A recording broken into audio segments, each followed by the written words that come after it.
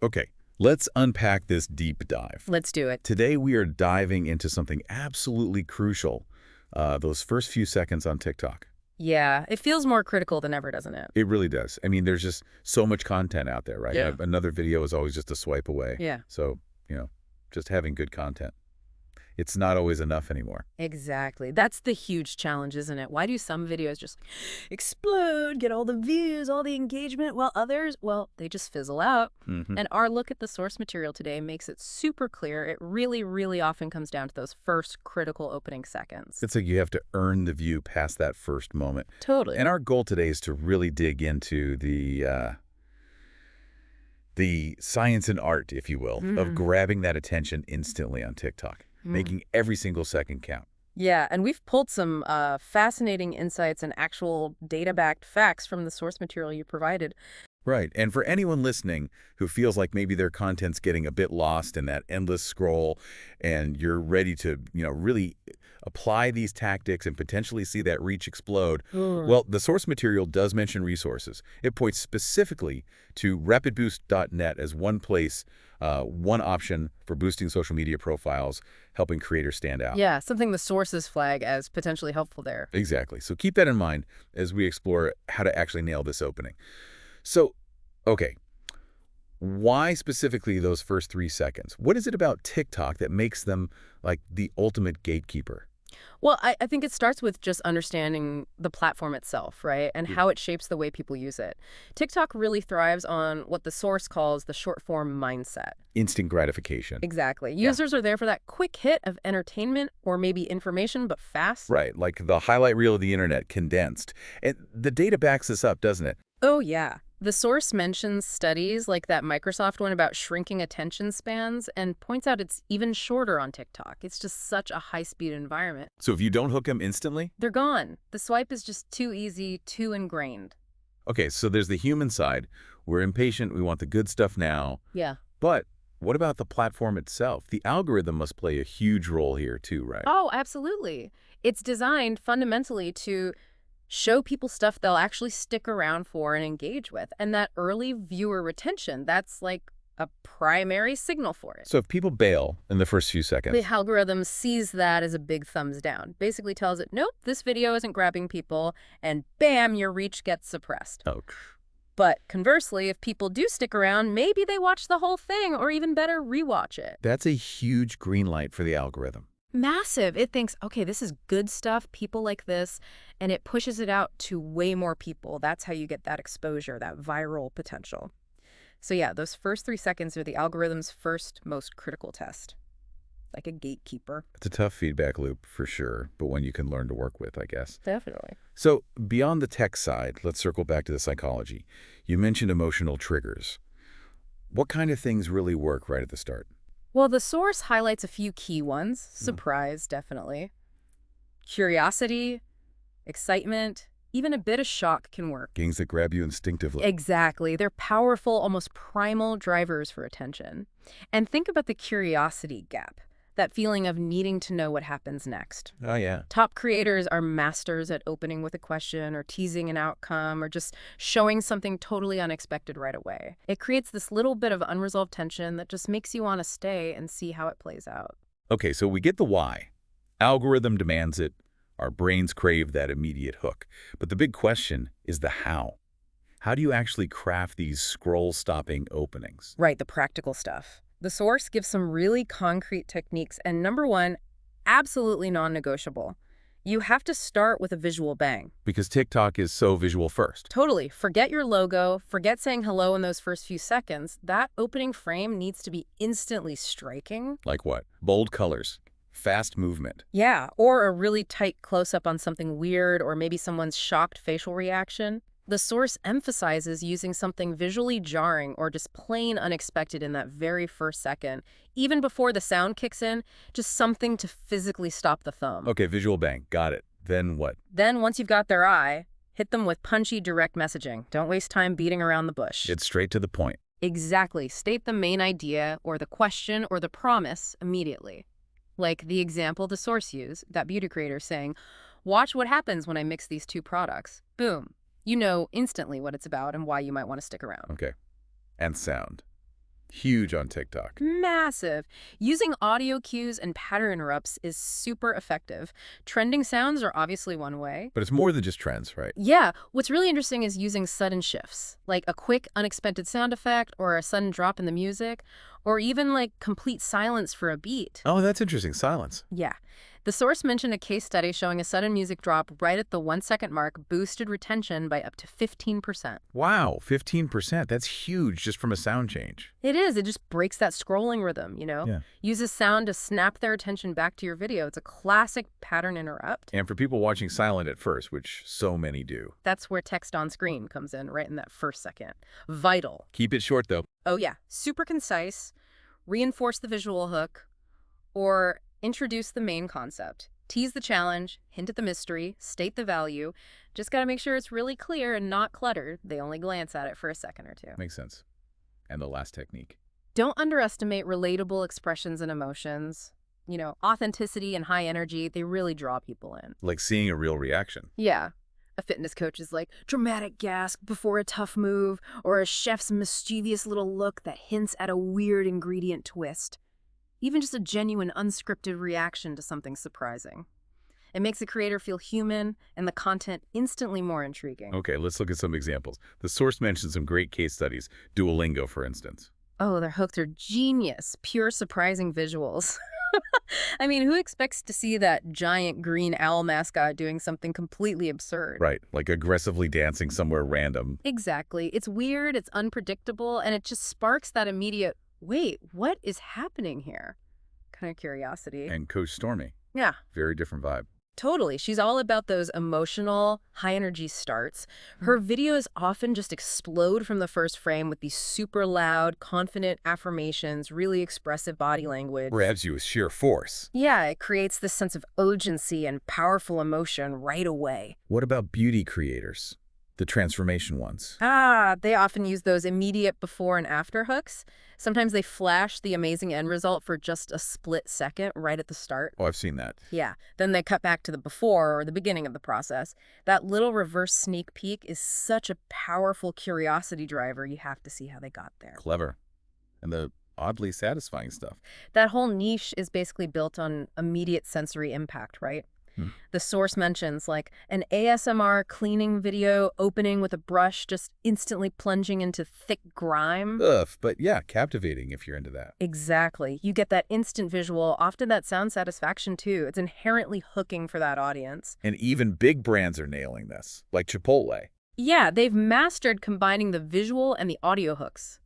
Their Burrito Build series often kicks off with these extreme close-ups of juicy ingredients. Makes you hungry just thinking about it. Right.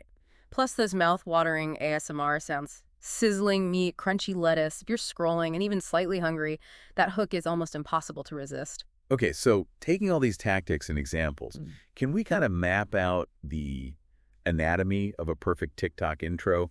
The source called them micro stories. Yeah, that's a really good way to put it.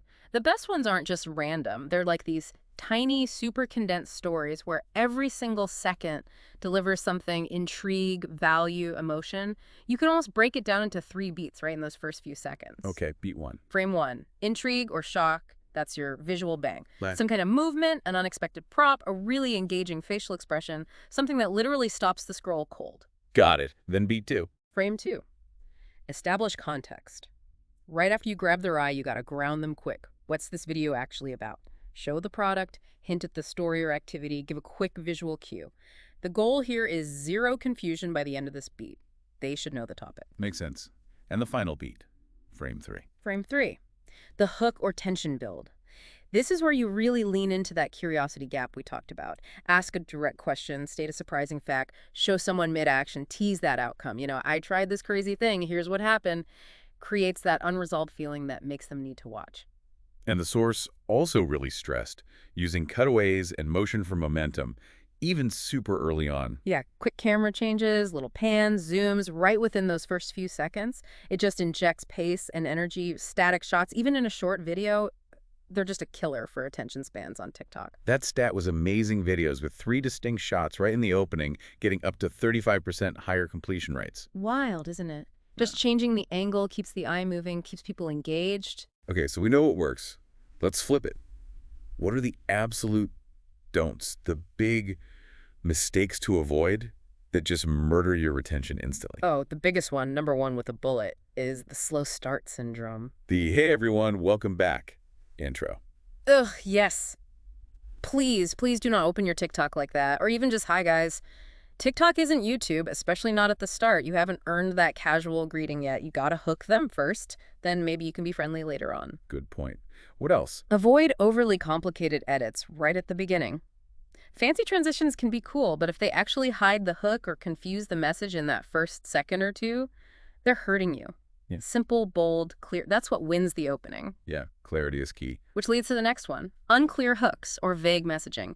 If the viewer's still thinking, wait, what is this even about? By second 3, they're probably already swiping. Ambiguity is your enemy early on. And the basics still matter, right? Like sound and lighting. Absolutely. It might sound basic, but ignoring sound and lighting is a huge mistake. Poor quality just signals amateur and makes people instinctively swipe faster. It makes the content feel less valuable, less engaging. Putting even a little effort here can make a massive difference in perceived quality and retention. So true. Any other big mistakes? The last one, the source flags, is just making copycat content without adding anything new. Just jumping on a trend exactly as is. Yeah. Chasing yesterday's trending format or audio without putting your own unique spin on it, it just makes your stuff feel generic. Use trends for inspiration, definitely, but you gotta lead with your personality, your unique angle, your twist. Otherwise, why watch yours? Makes total sense. Okay, so beyond the structure and mistakes, let's revisit dynamic visuals. Why is movement such a powerful attention grabber? You mentioned our brains notice it.